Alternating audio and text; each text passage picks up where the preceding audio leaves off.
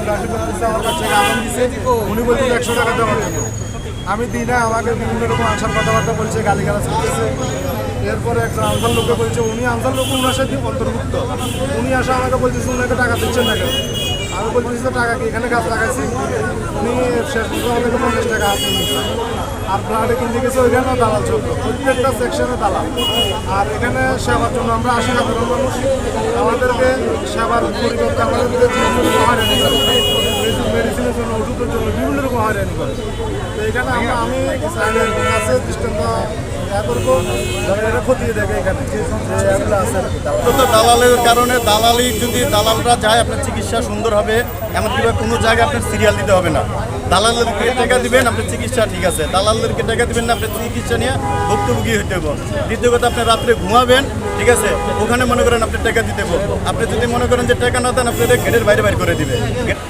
আমার জানা মতে যারা মানে এই কাজগুলো করতেছে দালালের মানে সবরে আছে, আমার মতে দালাল যেগুলো করছে মানে আমাদের মতে যারা গরিব পরিবারের লোক আছে তারা তো মনে করেন এই মেডিকেলে আসে প্রায় প্রতিনিয়ত, কারো টাকা আছে কারো টাকা নেই। তো যারা আছে মানে এই মেডিকেল আসে চিকিৎসা পাওয়ার জন্য আছে, তো অনেকেই আমার মতে আমি প্রতিনিয়ত দেখতে পাই এখানে দালাল, অনেক দালাল চক্রে এদিকে নিয়ে যায় এদিকে নিয়ে যায়, আমি জানি এরকম বলে।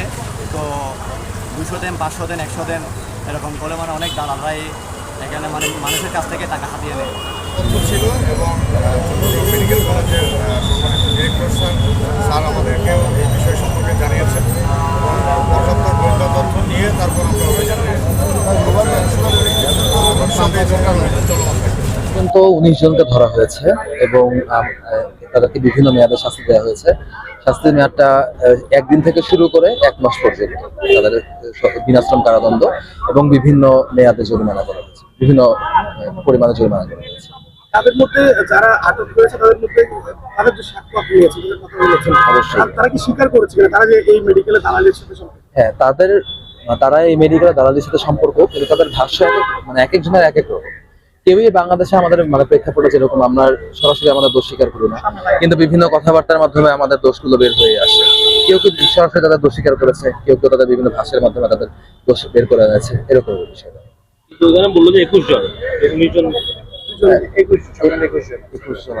এখানে হয়তো এখানে 2 জনকে রিপিট করেন নালে এটা কারণ মিস হয়ে যাবে। আচ্ছা, 21 জনই সংখ্যা 21 জন। একটু পুরো বলেন নালে আমরা এডিট করতে পারবো না। আচ্ছা, 21 জনকে এখানে বিভিন্ন মেয়াদে শাস্তি দেওয়া হয়েছে, তাদের বিভিন্ন মেয়াদে তাদের বিনাশ্রম কারাদণ্ড দেওয়া হয়েছে এবং বিভিন্ন পরিমাণে জরিমানা।